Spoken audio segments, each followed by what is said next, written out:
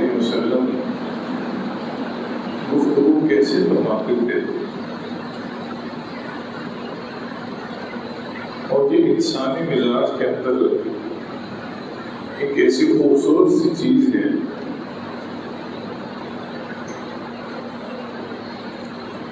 جو صرف بات کرنے سے پوری انسان کی پرسنالٹی کو بیان کر دیتی ہے۔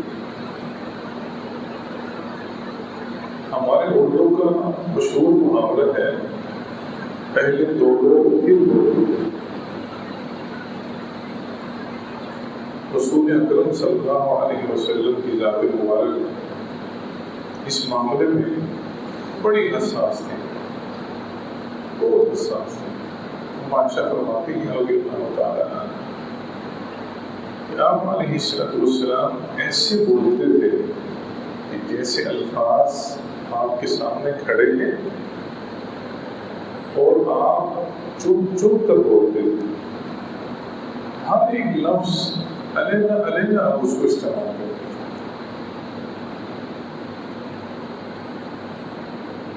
ہم میں سے بہت سارے معاشرے میں ایسے افراد ہیں جن کو بولنے کا سلیقہ تک نہیں،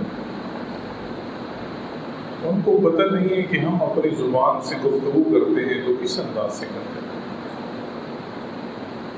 سیدنا انس بن مالک فرماتے ہیں رضی اللہ تعالیٰ عنہ، رسول اکرم صلی اللہ علیہ وسلم کی زندگی مبارک میں 10 سال رہا میں، 10 سال نہ کبھی آپ نے مجھے ڈانٹا، نہ آپ نے مجھے کبھی گالی دی، نہ آپ نے کبھی مجھے برا بھلا کہا، اور نہ ہی آپ نے کبھی مجھے ایسی کوئی بات کی جس سے میرے دل کو کوئی ایذا پہنچی۔ رسول اکرم صلی اللہ علیہ وسلم کی زندگی کا خوبصورت پہلو سیدنا انس ہمارے سامنے بیان کرتے ہیں۔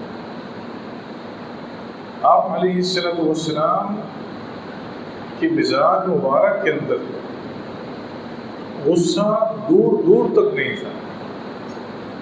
جب غصہ ہوتا ہے تو پھر انسان اپنا کنٹرول سے چلا جاتا ہے، پھر اس کو پتہ نہیں ہوتا کہ میں اپنی زبان سے کیا بولوں۔ آپ علیہ السلام اس مزاج سے بالکل پاک تھے۔ پیارے پیغمبر جناب محمد رسول اللہ صلی اللہ علیہ وسلم مسلمان کو سب سے بڑا حساس جس موضوع کے اوپر دست دیے وہ یہ ہے کہ آپ جیسے ظاہر سے ہیں ویسے آپ باطن سے ہیں۔ آپ کا ظاہر اور آپ کا باطن ایک جیسا ہونا چاہیے۔ رسول اللہ صلی اللہ علیہ وسلم کا فرمان ہے ان من شر الناس ذو الوجہین الذی یأتی بہؤلاء ویأتی بہؤلاء، لوگوں میں سے سب سے برا انسان، سب سے برا انسان، من شر الناس، سب سے برا انسان وہ ہے جس کے 2 چہرے ہیں، جس کے 2 چہرے ہیں، ادھر آتا ہے تو کچھ بات کرتا ہے، ادھر جاتا ہے تو کچھ بات کرتا ہے۔ یعنی اس کی گفتگو کا جو انداز ہے وہ ایسا ڈپلومیٹک انداز سے گفتگو کرتا ہے کہ جس سے وہ 2 افراد کو خوش کرنے کی کوشش تو کرتا ہے مگر حقیقت میں اپنے رب کو وہ ناراض کرتا ہے، جس کو شریعت کی اصطلاح میں منافق کہا ہے۔ منافق کی گفتگو آپ کو میٹھی لگے گی مگر وہ زہر سے بھرپور ہوتی ہے، اس کے اندر اصلاح کا جذبہ نہیں ہوتا، اس میں خیر کا پہلو نہیں ہوتا، اس میں ہمیشہ ایک شر کا پہلو ہوتا ہے جو شر اللہ کی زمین کے اوپر فساد کا باعث ہے۔ رسول اکرم صلی اللہ علیہ وسلم کی خدمت عالیہ کے اندر رہنے والے افراد وہ اتنے خیر کے محبت تھے، اتنے خیر والے تھے کہ آپ علیہ السلام ان کی مثالیں بیان ہیں۔ سیدنا ابو بکر کے بارے میں آتا ہے رضی اللہ تعالیٰ، فرمایا ابو بکر کی مثال ایک بادل کی طرح ہے جو بادل پانی برساتا ہے، اور ابو بکر جہاں بھی بات کرتا ہے خیر کی بات کرتا ہے۔ اس کے مزاج کے اندر 2 رخ والا معاملہ ہے کہ ہمیشہ خیر کی بات کرتا ہے، ہمیشہ اچھی بات کرتا ہے، اس کی زبان سے خیر کے علاوہ کوئی بات نہیں نکلتی۔ اللہ کے پیارے حبیب جناب محمد رسول اللہ صلی اللہ علیہ وسلم کو ایسا انسان بہت پسند ہے کہ جس کی زبان سے، جس کے ہاتھ سے، جس کے معاملات سے خیر انسان کے لیے۔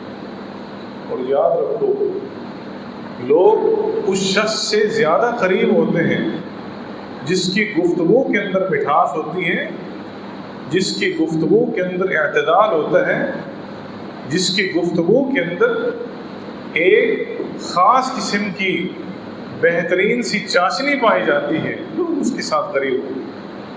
اور جو ترش رو ہوتا ہے، جس کی زبان سخت ہوتی ہے، جس کی گفتگو کا انداز سخت ہوتا ہے، لوگ اس سے دور بھاگتے چلتے ہیں۔ رسول اکرم صلی اللہ علیہ وسلم کی اس دنیا کے اندر کامیابی کے اہم ترین رازوں میں سے سب سے بڑا راز یہ تھا کہ آپ کی گفتگو کے اندر مٹھاس تھی۔ آپ جیسے ظاہر تھے ویسے ہی آپ بات کرتے۔ دنیا کے اندر بہت سارے ایسے افراد ہیں جن کو پیارے پیغمبر جناب محمد رسول اللہ صلی اللہ علیہ وسلم نے ناپسند کیا۔ ان میں سے آپ علیہ السلام نے 3 افراد کا تعارف کرایا ہے۔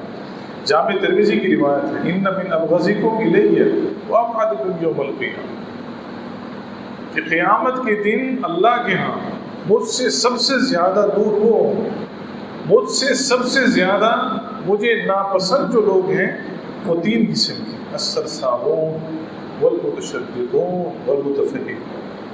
آپ علیہ السلام فرماتے ہیں جو ہمیشہ فضول بک بک کرتا رہتا ہے، کوئی بات ہوتی نہیں ہے، ایسے بولتے ہی رہتا ہے، فضول اپنی زبان سے باتیں ہی کرتا رہتا ہے، کوئی اس کا معنی نہیں ہے، کوئی مفہوم نہیں ہے، کوئی اس کے سر نہیں ہے، کوئی پیر نہیں ہے، بولتے ہی رہتا ہے۔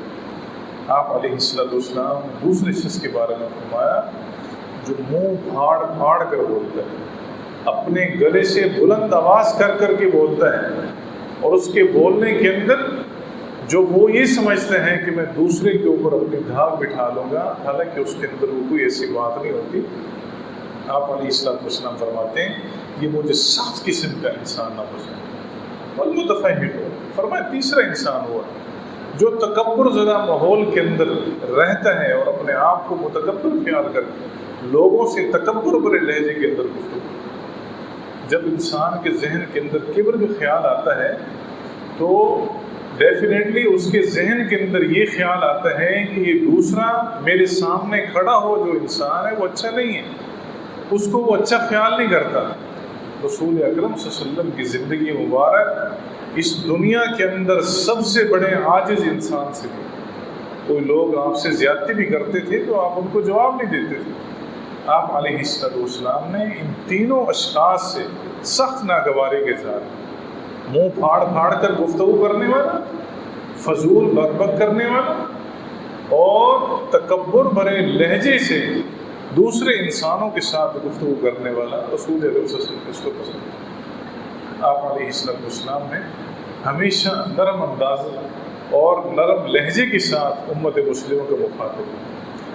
ایک غیر مسلم کہتا ہے کہ میں ممکن ہے شاید اسلام قبول نہ کرتا، لیکن رسول اکرم صلی اللہ علیہ وسلم کی مجلس کے اندر بیٹھنے کے بعد آپ کا جو انداز گفتگو تھا، آپ کا جو بولنے کا طریقہ تھا، آپ علیہ السلام نے جس انداز سے اپنی اسلام کی دعوت کو پیش کی ہے، میں اس بات پر مجبور ہو گیا کہ میں رسول اکرم صلی اللہ علیہ وسلم کی بات کو تسلیم کروں۔ عبداللہ بن سلام رضی اللہ تعالیٰ جو یہود کے بہت بڑے عالم تھے، ان کی اسلام لانے کے بہت سارے اسباب ہیں۔ ان اسباب کے اندر ایک سبب یہ بھی تھا کہ وہ فرماتے ہیں کہ جب میں مسجد نبوی کے اندر داخل ہوا اور رسول اکرم صلی اللہ علیہ وسلم کو گفتگو کرتے ہوئے سنا تو آپ علیہ السلام فطرت کی بات کر رہے تھے، آپ کی زبان کے اوپر فطرت کے کلمات تھے۔